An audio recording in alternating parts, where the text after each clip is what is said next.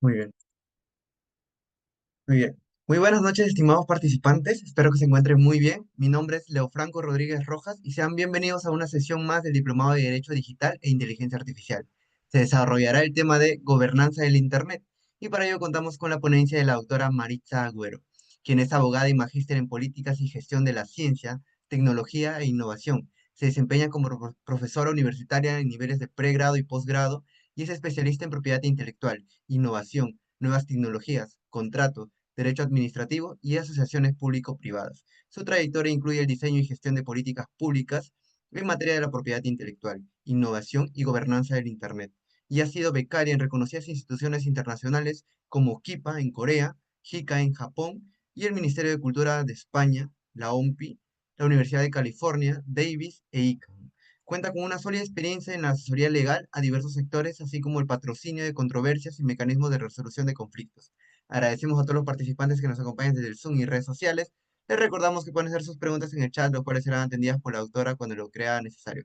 Estimada autora, le damos la más cordial bienvenida y le cedemos el uso de la palabra para que pueda iniciar su ponencia el día de hoy. Muchas gracias. Muchísimas gracias por la presentación. Bueno, muy buenas noches con todos ustedes, chicos. Sean bienvenidos a esta sesión introductoria del curso, el diplomado organizado por B-Lawyer. Es para mí un tremendo honor estar aquí con ustedes, pudiendo compartir espacios con colegas reconocidos y destacados, colegas y amigos. Así es que vamos a iniciar nuestra clase del día de hoy. Voy a compartir con ustedes una presentación la cual pues me va a permitir tejer algunos conceptos, ¿no? En torno al tema que me ocupa. Y este tema, que está relacionado pues con el tema, como dice su nombre, el tema de gobernanza de Internet, pues vamos a desarrollar estos contenidos y en estos contenidos pues vamos a disfrutar pues por el espacio de una hora para poder conocer un poco más de la temática y el tema que nos ocupa. He puesto esta gráfica inicial, pues porque nos va a permitir desarrollar el contenido que queremos traer aquí a colación. Entonces, esta gráfica simplemente es para poder que ustedes puedan apreciar qué sería un mundo sin Internet, ¿no? ¿Qué sería el mundo el día de hoy? ¿Y cómo sería nuestra vida? O sea, nosotros ya, la mayoría, que creo que son la mayoría de las personas que están aquí en la sala, la mayoría pues han nacido en un mundo digital, la mayoría, pocos han conocido curso, dispositivos analógicos. Y cuando nosotros hablamos de gobernanza de Internet, ¿sí? Hablamos de, imagínense ustedes, una ciudad sin fronteras.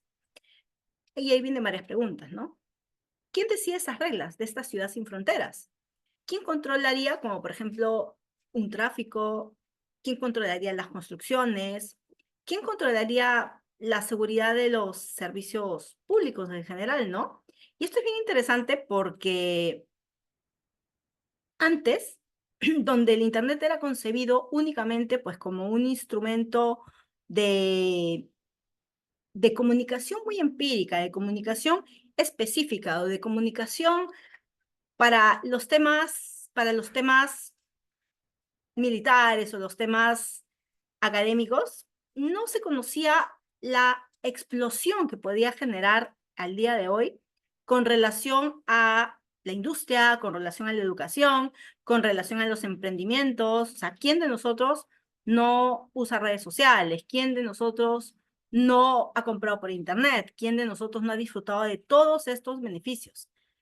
Obviamente, en la historia del Internet, y vamos a hacer una recapitulación antes de conocer este concepto, esta historia de Internet se remonta, como ustedes pueden ver en la gráfica, a muchos, muchos años antes, ¿no?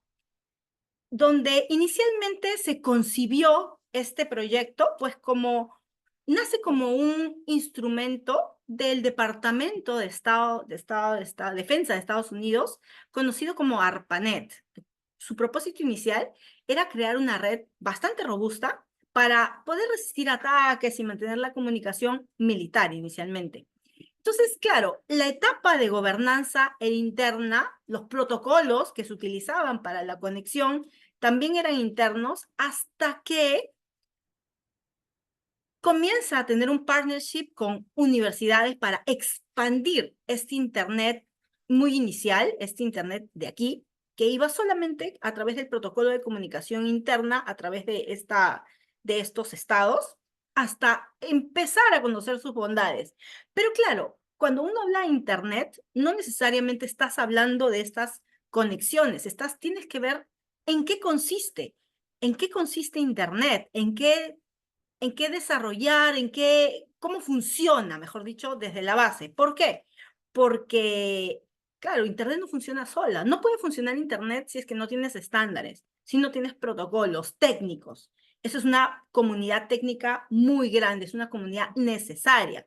No puede funcionar Internet si es que tampoco hay reglas, y esas reglas las hacen los gobiernos. No puede funcionar Internet si es que no hay también las empresas que permiten llevar esta conexión hacia diversos puntos, ¿verdad? Es decir, nosotros tenemos y contratamos con un proveedor de servicios Internet para poder tener una mejor conectividad que vaya a las zonas. También sabemos que eso hay bastantes problemas, porque también sabemos que hay una desigualdad, ¿no es cierto?, entre locación y otra, entre de repente velocidades, y hay un montón de problemas, y hay un montón de, perdón,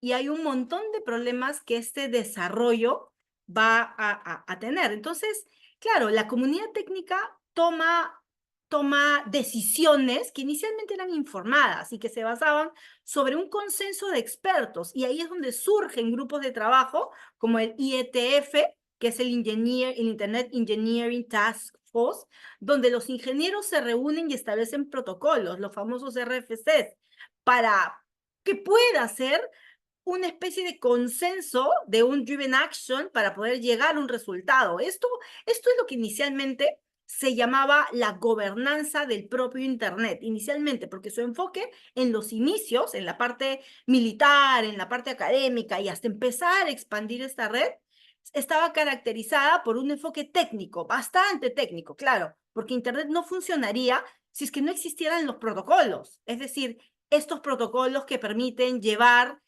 esta red de redes, como inicialmente se conocía, de un punto hacia otro. Y claro, obviamente, la parte técnica es importantísima, pero tiene que asignarse una forma a través de la cual nosotros, es decir, tú y yo como ciudadanos de a pie, podamos conectarnos. Es decir, nosotros sabemos que las direcciones IP es la traducción de los números, que forman parte de los dominios. Es decir, si tú tienes, por ejemplo, www.blogger.com, esto blogger.com obedece a una secuencia numérica. Y esta secuencia numérica, que claro, que inicialmente era gestionada por un protocolo, donde hablábamos del IPv4, el día de hoy, con la cantidad de dispositivos que tenemos, con la cantidad de información que circula en la red, con la cantidad de elementos que permiten conectarse cada día más, es decir, tienes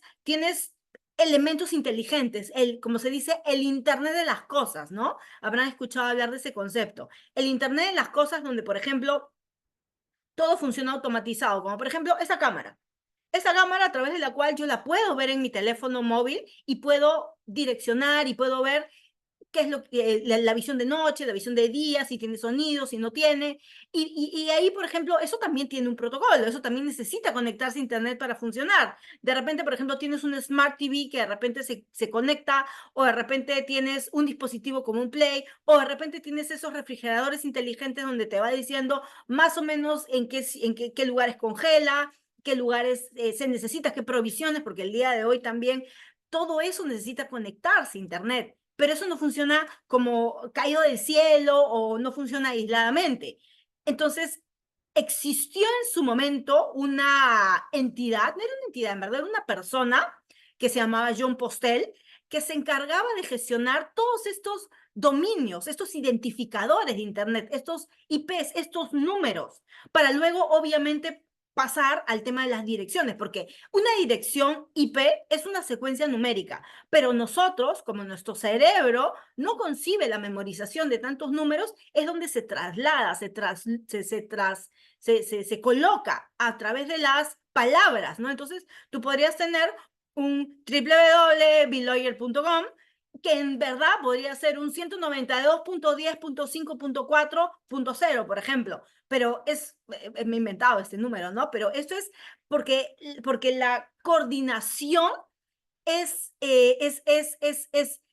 la conjunción de la identidad, del identificador único de Internet. Entonces, claro, en la medida que los dispositivos fueron creciendo, en la medida que los dispositivos fueron siendo más, en la medida de la demanda, ¿no? De este tipo de direcciones, es donde se vio la necesidad de, obviamente, de expandir este tipo de temas, ¿no? Entonces, si nosotros, por ejemplo, vemos esta gráfica, que es una gráfica bastante genérica, obviamente. Ahí ha pasado mucha agua, ¿no? Bajo este molino de diferentes cosas. Nosotros podemos ver que, por ejemplo, el surgimiento del ARPANET está aquí, pero existieron proyectos antes, proyectos bastantes incipientes para poder generar una estructura de lo que vendría a ser el Internet. ¿Por qué triple W, no? ¿Por qué tenemos, por ejemplo, antes teníamos solo el .com, .go, .net, .mil, y el día de hoy podemos tener, por ejemplo, otros dominios que puedan tener otro tipo de extensión? Entonces, y como ustedes se habrán dado cuenta, todo esto va evolucionando. Claro, las redes sociales también surgieron pues por la década de los 90, y los dispositivos y todos los conflictos que esto implica también surgieron. Entonces, claro, la expansión, el nacimiento de todo lo que es la gobernanza de Internet, la parte de la comercialización, la parte como tú y yo lo conocemos a este nivel, surge a principios de los 90, donde el Internet se abre a este uso comercial y al público en general, ¿no? Porque la cantidad de usuarios, las aplicaciones que trajo consigo esta comunidad técnica, no solamente era para ver solamente los protocolos, las conexiones, sino también se abordan mucho más temas. Y claro, Internet necesita tener una estructura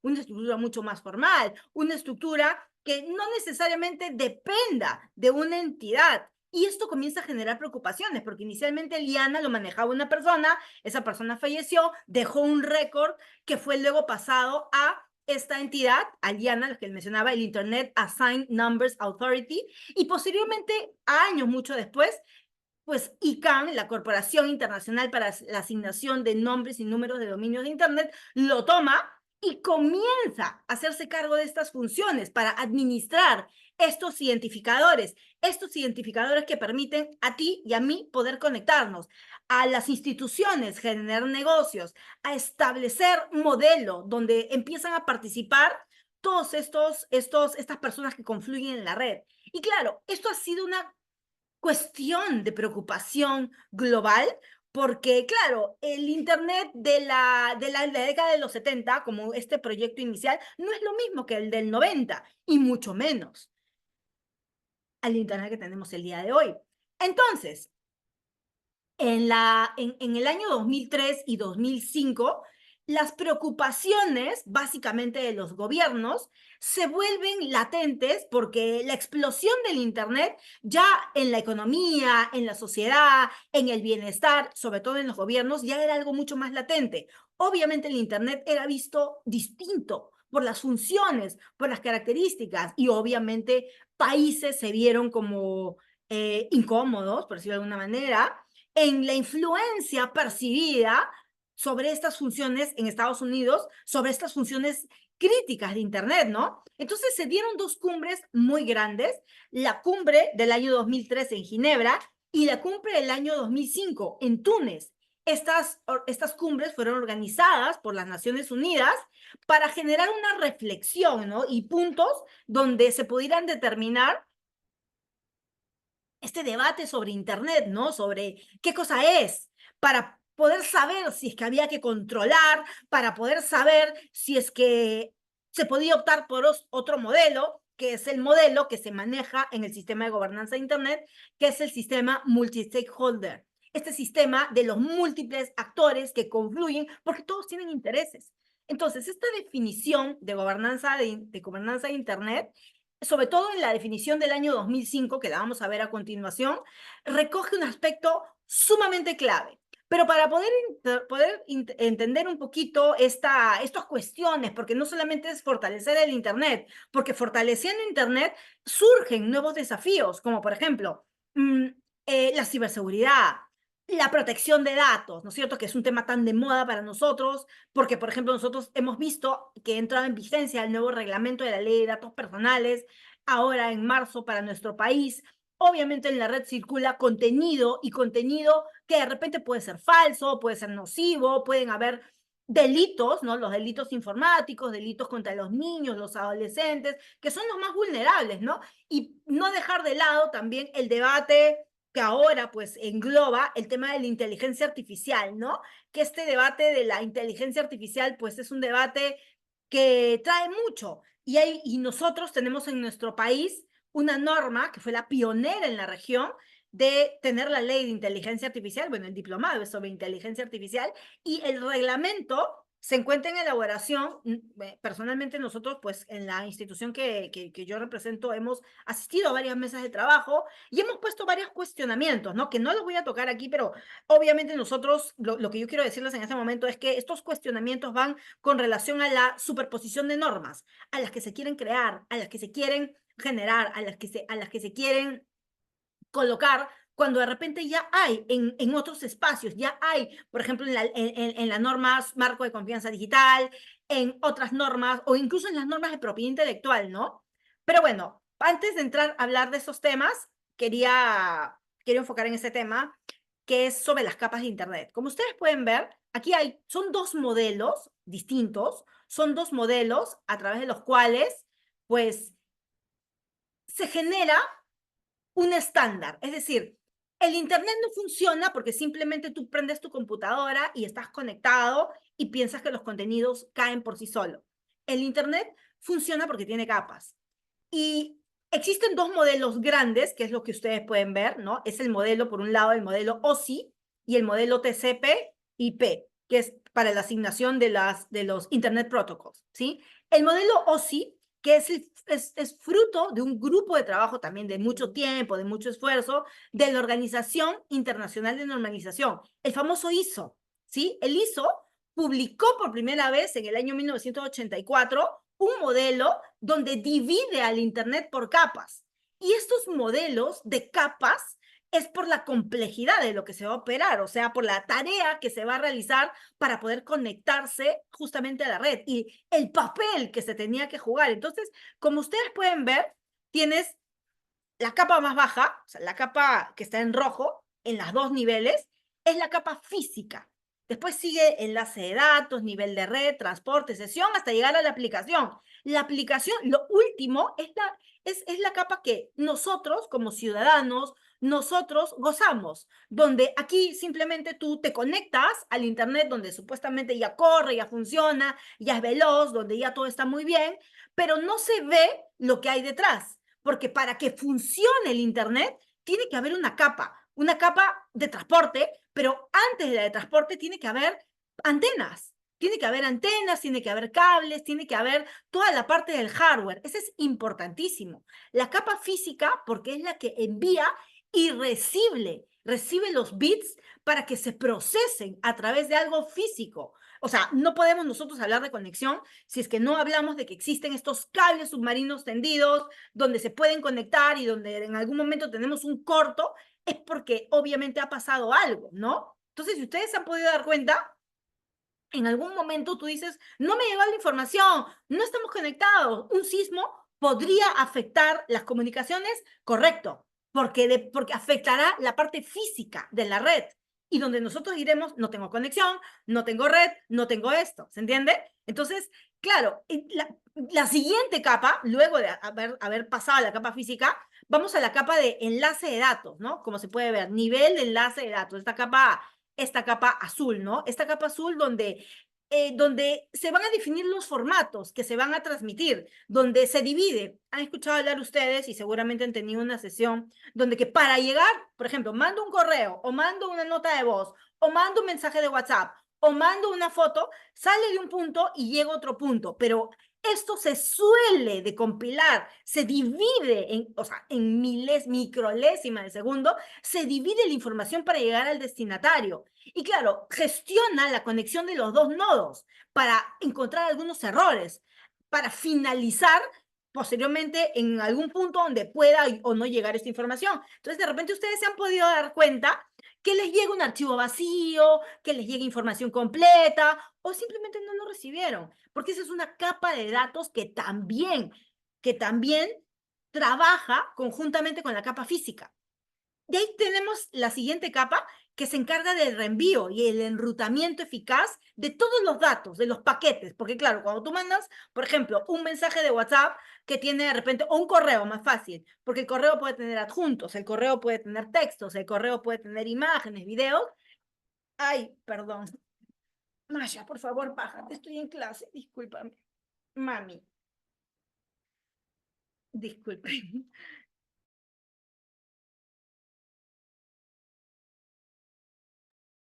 Entonces, la capa de red es la que se encarga de este reenvío de la información y el enrutamiento a través, pues, de otras redes, ¿no? Y ahí tenemos una capa súper importante, la que sigue, la amarilla, que es la capa de transporte. Esa capa de transporte es la que permite, pues, que los datos sean fiables, vayan de un extremo hacia el otro. Y esta capa de transporte va a depender de las antenas, por ejemplo, que se coloquen, ¿no? De la velocidad, por ejemplo, de repente podemos estar hablando del 4G, del 5G, o de repente en algunas zonas podríamos no tener, por ejemplo, fibra óptica y estaríamos hablando de otro tipo de transmisiones. Pero claro, eso es inversión. Y ahí viene todo un tema para nuestro país respecto de un proyecto súper grande que era la Red Nacional de Dorsal de Fibra Óptica, donde fue trabajada por partes, tuvo muchas contingencias a la larga, luego se retomó. Pero claro, eso es una inversión y esa inversión lo tienen que realizar los operadores porque el Estado no lo va a hacer. Al final de todo tenemos la capa de aplicación, que esa es la que nos proporciona estos servicios de red, donde se van a incluir todos los protocolos de correo, la navegación, la transferencia de los archivos, etcétera. Entonces, nosotros sabiendo que, claro, estas capas representan pues esta conexión, ¿no? Esta conexión inicial de punto a punto, que depende de estas antenas, que depende de estructura física, que depende también de lo que los desarrolladores, por ejemplo, generen nuevas aplicaciones. O sea, no te va a correr una aplicación, por ejemplo, en un soporte que no pueda tener la capacidad o de repente en un lenguaje de programación que no se maneje o no se conozca o no pueda pasar por la parte física. Entonces, esto es de modo general para poder entender que el Internet es algo muy complejo. O sea, en resumen, esta gobernanza ha evolucionado desde una parte técnica que es necesaria, que es fundamental, que tienen que haber protocolos preestablecidos, hasta algo más multisectorial, que busque equilibrar todo esto, porque claro, nosotros vivimos hoy en una era de innovación, en una era de generar nuevos contenidos, pero necesitamos seguridad para las transacciones económicas, para nuestra privacidad propia, como se dice, con enfoque en derechos humanos. Eso es importantísimo, porque el enfoque de derechos humanos en un entorno global nos va a hacer respetar. Y como estamos siempre en constante cambio, no puede haber una infraestructura que sea administrada sin un control, ¿no? Y este control se basa en los temas de Internet en una colaboración, se basa en una capa de consenso, ¿no? Entonces, claro, si bien es cierto, cuando nosotros hablamos de gobernanza de Internet, decimos, sí, no es gobierno, eso es correcto. ¿Por qué? Porque cuando estamos hablando de gobierno, estamos hablando, quiero irme hacia esta parte de la presentación y ahí voy a retroceder. Cuando estamos hablando de gobierno, nosotros estamos hablando de una estructura que es absolutamente vertical y burocrática, como son los gobiernos, como son los estados, donde tienes un estado que manda y que dice qué cosa hacer y que obviamente las decisiones van de arriba hacia abajo y nosotros tenemos que acatar. En un sistema de gobernanza de Internet, que es el que estamos hablando, la estructura no es de arriba abajo, la estructura es horizontal, la estructura es transversal, porque todos debemos participar. Y claro, a veces uno se pone a pensar, pero ¿cómo yo voy a participar en este sistema si de repente o no conozco, no sé, o nadie me ha dicho nada? ¿Por qué este proceso que supuestamente es bottom-up, de arriba, ¿sí? De abajo hacia arriba, ¿sí? Que es de múltiples actores, ¿cómo me puede impactar a mí? Y eso un ciudadano de a pie lo piensa, un ciudadano de a pie podría decir, sí, pero ¿cómo? Y ahora vamos a entender el por qué. Entonces, si nosotros hablamos de la gobernanza, propia gobernanza de Internet, y nos remitimos a la definición que está establecida en la Agenda de Túnez de 2005, la Agenda de Túnez del año 2005 hablaba de esta definición. Textualmente dice que la gobernanza de Internet es el desarrollo y la aplicación por parte de gobiernos, sector privado, sociedad civil, en sus funciones, principios y normas, decisiones que permitan tomar las acciones que configuren la evolución y la utilización del Internet. Entonces, claro, esta definición que fue dada en esta segunda fase, en esta reunión de Túnez por este grupo de trabajo, habla de, en general, ¿no? De que se debe aplicar este sistema multi-stakeholder en las funciones que le corresponden a cada uno, y esto es fundamental para poder reconocer este elemento multisectorial y que descartemos la idea de que se trata de un gobierno. Hay muchas iniciativas que se han dado después de este foro de gobernanza, después de esta definición de gobernanza de Internet, a través de, por ejemplo, el foro de gobernanza de Internet, el foro global, que tiene como resultado haber hecho el IGF.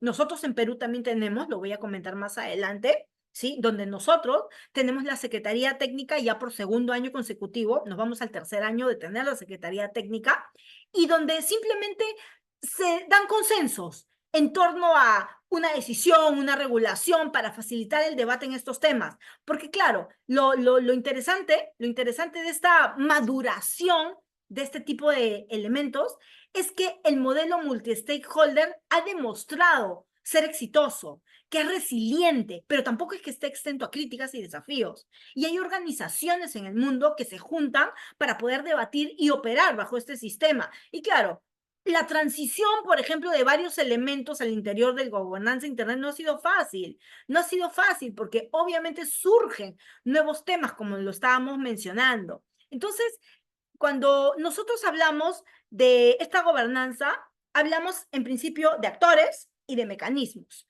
Actores, porque hay mucha gente involucrada, la comunidad técnica, la comunidad civil, el gobierno, nosotros, la academia, nosotros, los usuarios finales que se suman a estos debates.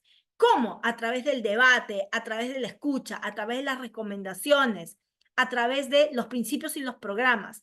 El sentido tiene que ser amplio, porque comprende, obviamente, aspectos legales, culturales, científicos, empresariales, de negocios, de emprendimientos. Y en estricto, porque nadie más que la comunidad técnica es la encargada de la gestión de esos recursos críticos y desarrolla los estándares para una mejor evolución del sistema.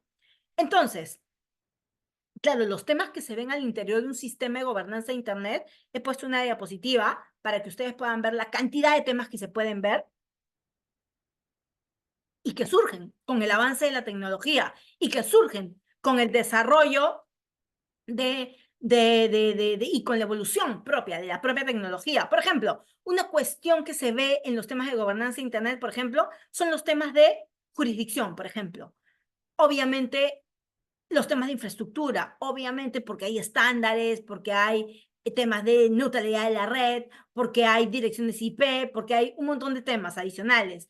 Esto impacta en la economía. Es más, Perú hasta hace un tiempo tuvo un proyecto de ley sobre el tema del e-commerce que fue bastante cuestionado, bastante debatido, que pretendía modificar el Código de Protección y Defensa del Consumidor. Y las asociaciones que formamos parte pues de este ecosistema, porque no hablamos de un sistema, sino hablamos de un ecosistema, nos pusimos de pie para poder decir, mira, esta norma a través de los proyectos de leyes respectivas, porque en el Perú hay varios proyectos de ley que se presentan para tratar de regular algunos aspectos y están abiertos para que se puedan presentar las opiniones y nosotros conjuntamente con otros actores del ecosistema presentamos nuestras opiniones y nos opusimos a estas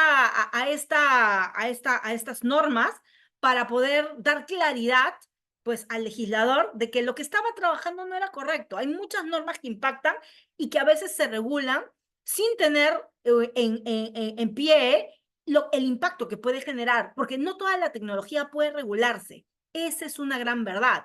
no toda la tecnología tiene que ser regulada. Yo, en verdad, soy muy partidaria de la desregulación en muchos aspectos porque la tecnología per se es disruptiva. La tecnología va por un lado y la legislación va por otro. No necesariamente significa que siga el ritmo, pero hay asuntos que sí deberían ser regulados y otros dejarlos abiertos. Es cuestión de ver el consenso, ¿no? Entonces, nosotros sabemos que en Internet hay, en general, la evolución tecnológica ha traído y ha puesto sobre la mesa muchísimos temas, pero para poder traer en debate los temas de gobernanza de Internet, tenemos que saber que este es un sistema multi-stakeholder por naturaleza. Este es un sistema donde confluyen todos esos debates, donde confluyen todos estos eh, ventajas, pues esta legitimidad, ¿no? O sea, el multi-stakeholder te da una solución mucho más robusta, pero tiene el problema de tener la lentitud en la toma de decisiones. También incluso la asimetría de poder de cada una de las partes, porque claro, si te quieren sacar una norma que de repente va contra los intereses de los propios usuarios o de repente va en contra de los intereses, no sé, pues de algún sector, la norma va a salir, pero...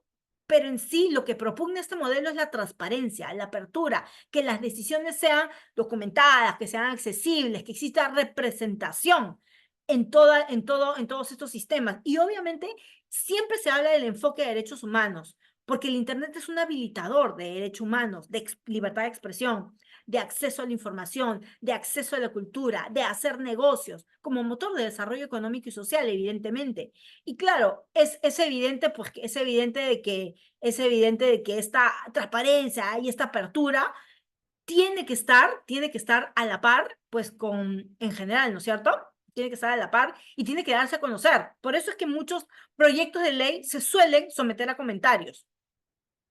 Este enfoque de derechos humanos es fundamental para la gestión de cualquier parte. Habíamos hablado de estos componentes, habíamos hablado pues de estos actores, ¿no? Y claro, acá nosotros podemos ver una esfera de actores donde confluyen en este ecosistema, estas múltiples partes interesadas, o como se llama, el multi-stakeholder model, donde confluyen en un solo ecosistema, como se está pudiendo ver, el gobierno, la comunidad técnica, la academia, las empresas privadas, los usuarios, los intereses de los usuarios y la sociedad civil. Entonces, ya sabemos que estos actores tienen un rol distinto. El rol del gobierno es legislar, es promover políticas públicas abiertas, se supone, con conectividad, con inclusión digital, ¿no es cierto? Por ejemplo, estas políticas que realiza el MTC, que realiza de repente la Secretaría de Gobierno y Transformación Digital, por ejemplo, que por ejemplo fue súper activa, por ejemplo, cuando salió y citó a la mesa de trabajo para generar la ley de inteligencia artificial, bueno, que al final no recogió necesariamente todas las opiniones, pero se dio, o por ejemplo, no, la Autoridad Nacional de Protección de Datos puso a conocimiento de todos el nuevo reglamento de protección de datos para comentarios. Claro, el plazo también fue bastante corto, pero igual, ¿no? Igual, o sea, lo sometió para comentarios.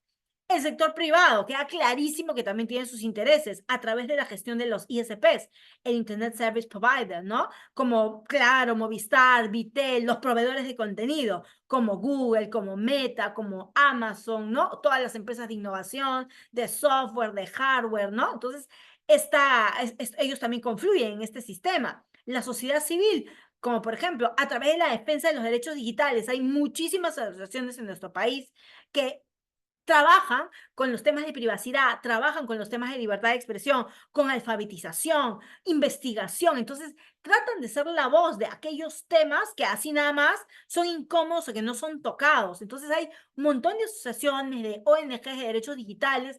Aquí en el Perú también tenemos un capítulo de Internet Society en el Perú, donde pues se tratan estos temas, ¿no? La comunidad técnica, indudable, por los estándares, los protocolos, ¿no? Para mantener la interoperabilidad de la red. La academia, a través del rol de investigación, ¿no? Ahora se está hablando de la ética, de la IA, de la ciberseguridad, de la formación propia de las nuevas generaciones, ¿no? Entonces, esto genera un tremendo desafío. O sea, ¿cómo lograr verdaderamente la participación de todos los interesados? O sea, parecería ser algo idílico, pero en verdad existe, en verdad sí se da. ¿Cómo otro desafío es la regionalidad, por ejemplo? ¿Cómo hacer que, por ejemplo, no sea todo enfocado a la capital, sino que esto se descentralice, ¿no? Que esto llegue también, pues, a más partes, ¿no? Esto también llegue y se expanda a otras comunidades.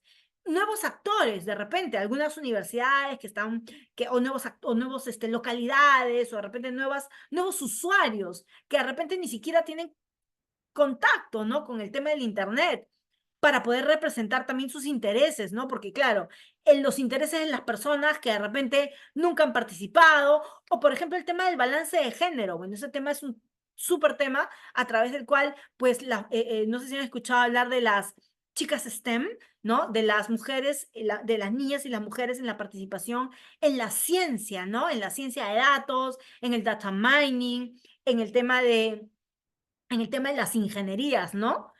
Otro desafío importantísimo y que también tiene que ver con este sistema es la transparencia en la toma de decisiones, la transparencia, por ejemplo, en la accountability, de si, por ejemplo, se generan fondos, se generan recursos, hacia dónde van, ¿no? El tema de la responsabilidad propia, ¿no? Entonces este tema de verdad que es bastante complejo, pero no podríamos tener un Internet llamado de esta manera, esta gobernanza, si primero no tenemos estándares abiertos, si hay cosas que tienen que permanecer en libre uso, todo esto tiene que ser transparente, si no existe colaboración entre los diversos actores, si no existe un sistema bottom-up, de abajo hacia arriba y descentralizado, este es un enfoque adecuado del sistema, pero no es que sea fácil conseguir. Por ejemplo, nosotros, como les contaba, tenemos la Secretaría Técnica del IGF Perú, ya va a ser el tercer año, donde nosotros todos los años trabajamos con diversos actores para generar nuestro espacio, que es el IGF Perú, el Foro Peruano de Gobernanza de Internet, donde nos reunimos anualmente todos los diciembres para debatir estos temas.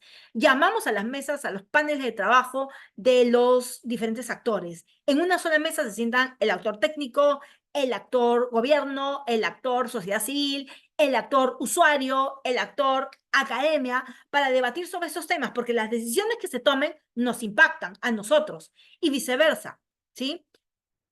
Entonces, cuando nosotros nuevamente hablamos de la gobernanza digital, hablamos de estas capas, ¿no? La capa de infraestructura, hablamos de la siguiente capa, que es la capa lógica, ¿no? Donde discurren estos protocolos ya más técnicos, y la capa obviamente económica, ¿no? Donde ya está la parte de la educación, del trabajo, de la finanza, de la salud, de los sector públicos, y etcétera. Pero para lograr esta conjunción, tiene que haber una base.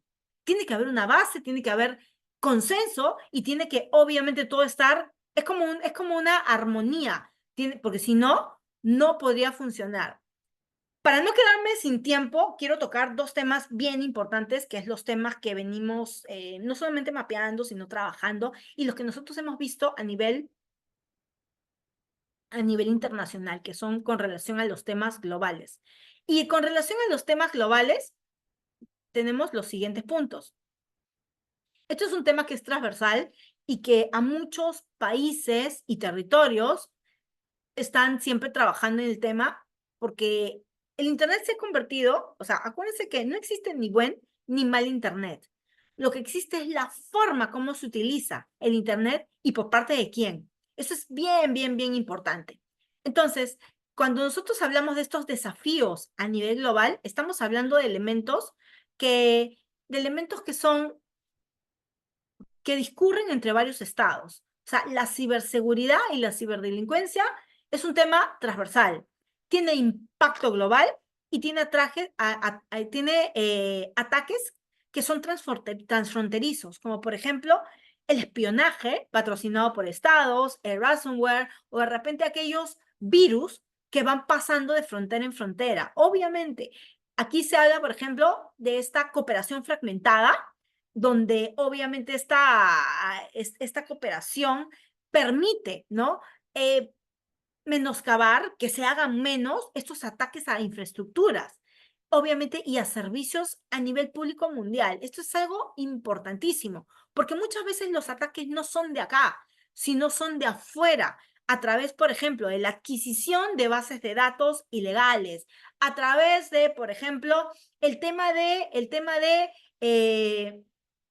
de tener una brecha o de tener algo que se ingrese a un enlace y donde se pueda vaciar toda esta información. Entonces, esto es algo importantísimo.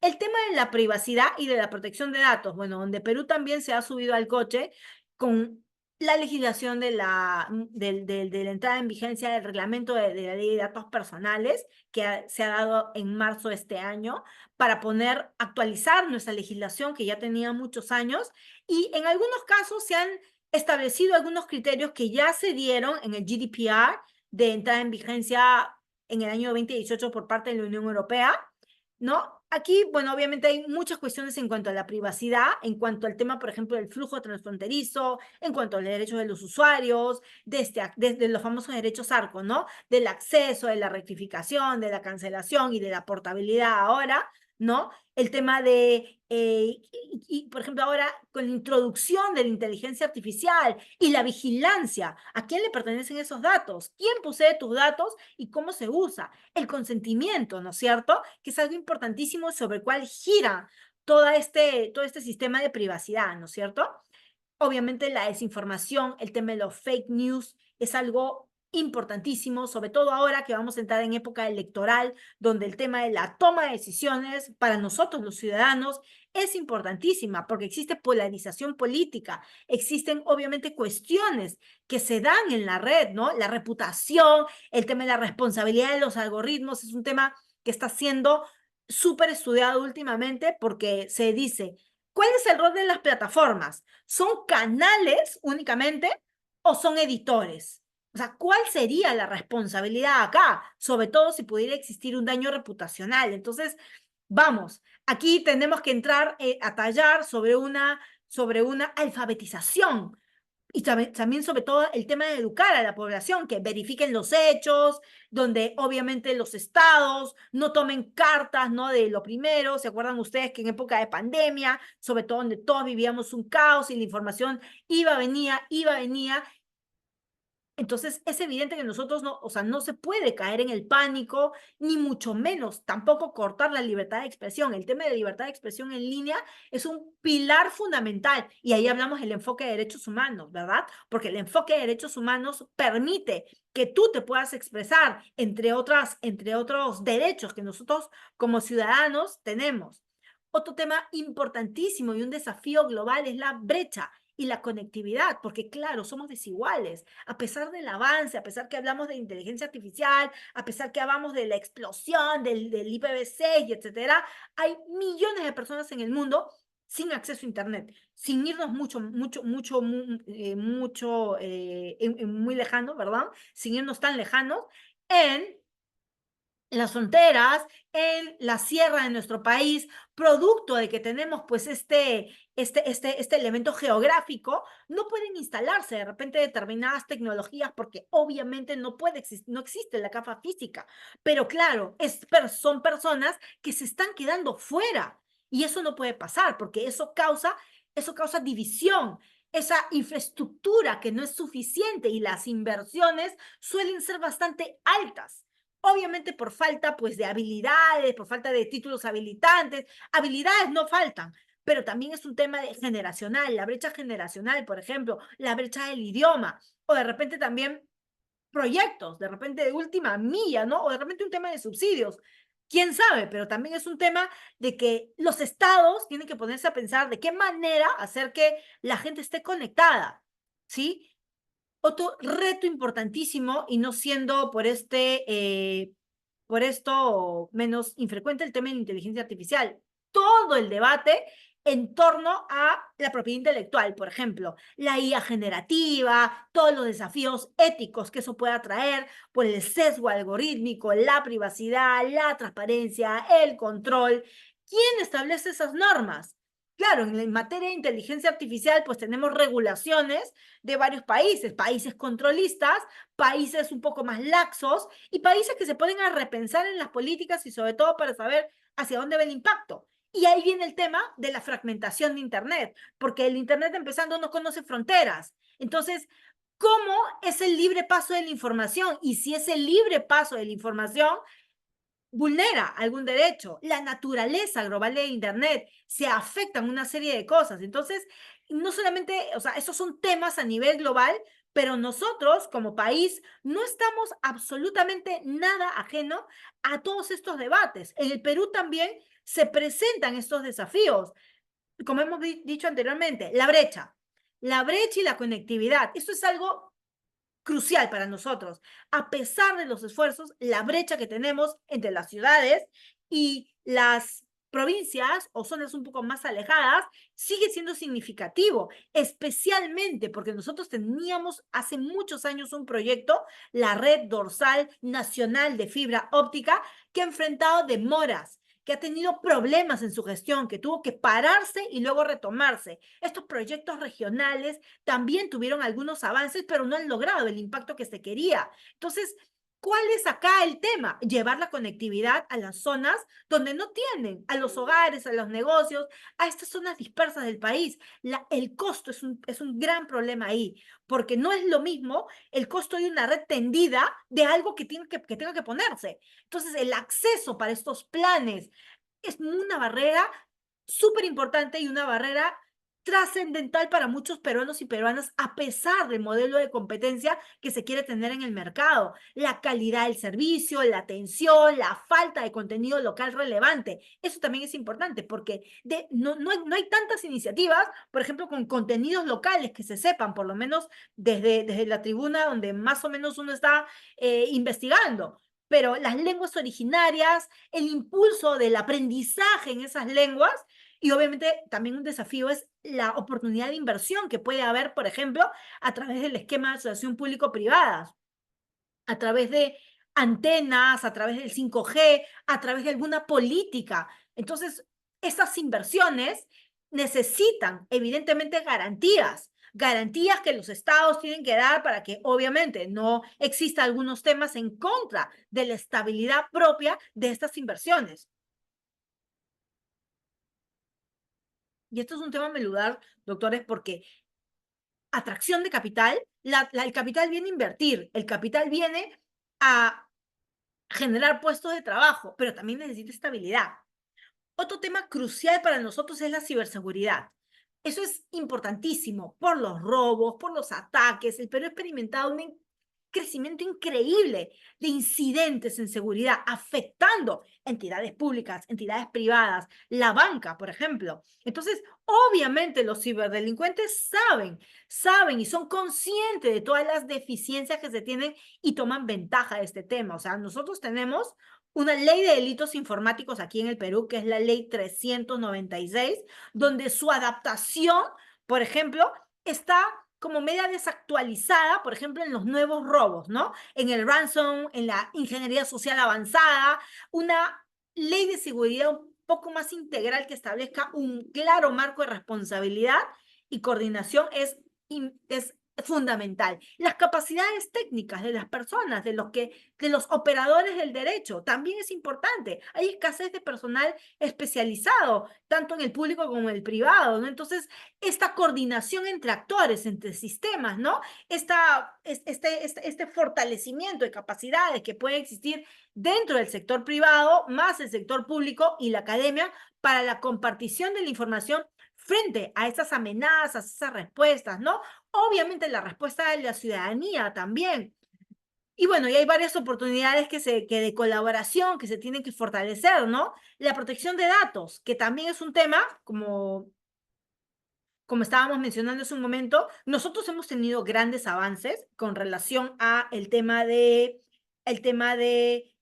del rol que están realizando las autoridades. Es un avance con relación al nuevo reglamento, pero es insuficiente, porque, por ejemplo, yo lo que advierto es un rol un poco más proactivo de la Autoridad Nacional de Protección de Datos en cuanto a los temas de creación de capacidades. Por ejemplo, veo multas, veo guías, veo sanciones, pero no veo programas educativos, por ejemplo, donde obviamente se manifiesta a través de la limitación de los recursos y la capacidad de poder brindar esta información como se pueden hacer en otras campañas, porque claro, la reacción no es proactiva, o sea, tenemos un enfoque reactivo, o sea, la autoridad presenta un enfoque reactivo Y eso obviamente eh, no necesariamente implica el cumplimiento, el enforcement que se quiere hacer de la norma.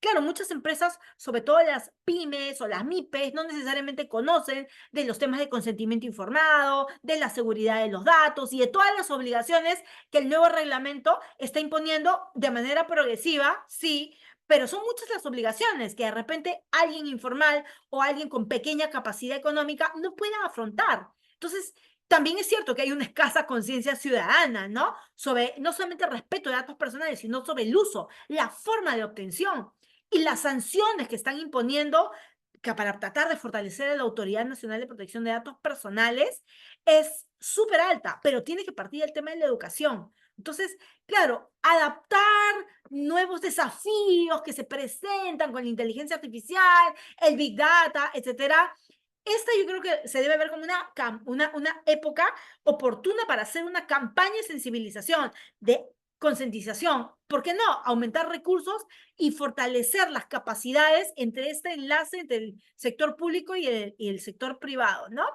Y también siempre hay una constante de, por lo menos lo veo con los temas del Congreso, de querer regular todo, de desarrollar nuevas leyes que respondan a la rápida evolución de la tecnología. Particularmente yo no soy muy partidaria porque la tecnología es disruptiva y la generación de una ley tiene que estar sometida de acuerdo al análisis de expertos, de acuerdo a los debates sobre la responsabilidad, por ejemplo, de qué cosas se va a tener. Claro, hay que fomentar también más el uso de la firma digital, por ejemplo, de la identidad digital, la seguridad que se tiene que tener, ¿no? Eh, y obviamente creo que esto es un espacio interesante de diálogo donde pueden confluir el Congreso y el Ejecutivo antes, con expertos, antes de que salgan cualquier norma, ¿no? Y un tema súper importante que me gustaría tocar con relación a todos estos temas y de manera transversal es la participación en general de nosotros como país a través de los foros internacionales, ¿no? La posición unificada que tenemos nosotros. Es muy interesante que el Perú ha participado de manera activa y ha liderado varias mesas de trabajo, pero también esto no es constante, no es coherente a veces. Entonces, la formación de estas personas para que seguir las posiciones es súper interesante y que debe de darse con mayor ahínco. La participación que nosotros hacemos a través de la formación y a través de las oportunidades que nosotros hacemos a través de esas mesas, de estas mesas de diálogos, a través del Foro Peruano de Gobernanza de Internet, creo que es una oportunidad que permite asegurar diferentes elementos, permite mantener y generar conciencia sobre el mantenimiento de Internet como un recurso global. La importancia de diálogos es, es trascendente porque este cambio mutuo de ideas, este cambio mutuo de espacios de diálogo permiten, entre todos estos actores, permiten conseguir este fortalecimiento que nosotros necesitamos. Entonces, es súper importante que, por ejemplo, que todos estos temas sean conversados, el tema educativo, el tema del análisis crítico que debe tenerse para poder generar estos consensos, ¿no? Entonces, yo antes de culminar y como recapitulando el tema, creo que el tema de gobernanza de Internet firmemente es un tema que es un esfuerzo continuo, que es dinámico, participativo, que todos debemos interesarnos, porque no podemos dejar que algunos decidan por el futuro y los demás no podamos decidir. Existen muchos desafíos, los desafíos para nuestro país, básicamente, a través de los elementos que les hemos comentado, el tema de la alfabetización, la brecha, el tema de cultural incluso, el tema de legislar por legislar, es un llamado a la acción, verdaderamente, que en verdad lo que generalmente se pide en esos espacios, ¿no? Lo que se pide generalmente a la ciudadanía y a las personas que intervengan es la información, la participación, que asistan a los eventos, que compartan contenido, que piensen críticamente y que sobre todo no confíen en noticias de fuentes desconocidas, ¿no? Que la tecnología no solamente está para consumirla, sino también para crear y también es capaz de poder generar muchísimos problemas. Recuerda que nosotros tenemos derechos y esos derechos se protegen en línea. Tal cual estos derechos los protegemos de manera análoga, también se protegen de manera digital. Por mi parte, y salvo exista alguna pregunta, duda, comentario, es todo lo que quería compartir con ustedes, no sin antes dejar de agradecer a Lawyer por la invitación, por la gentil invitación y bueno, queda de ustedes. Gracias.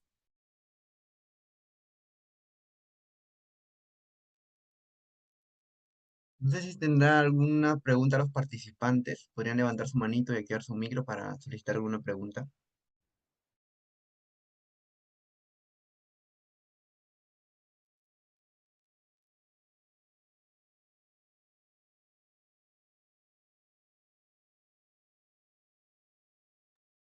Bueno, me parece que no hay ninguna pregunta, doctora. Muy clara su ponencia, muy interesante. Muchas En nombre de gracias. Bill Lawyer y de los participantes presentes, le expresamos nuestro más sincero agradecimiento por su ponencia, por su tiempo y los conocimientos que nos ha brindado, ¿no? Y esperamos contar con usted en futuros eventos académicos. Muchas gracias, doctora. Muchísimas gracias a ustedes por la invitación y bueno, yo encantada pues de participar con ustedes y para cualquier cosa les voy a dejar la presentación a, a los organizadores para que cualquier cosa pues puedan contactarse conmigo y pues seguimos en contacto. Gracias por la invitación. Muchas gracias, doctora. Cuídese. Hasta luego. Chao.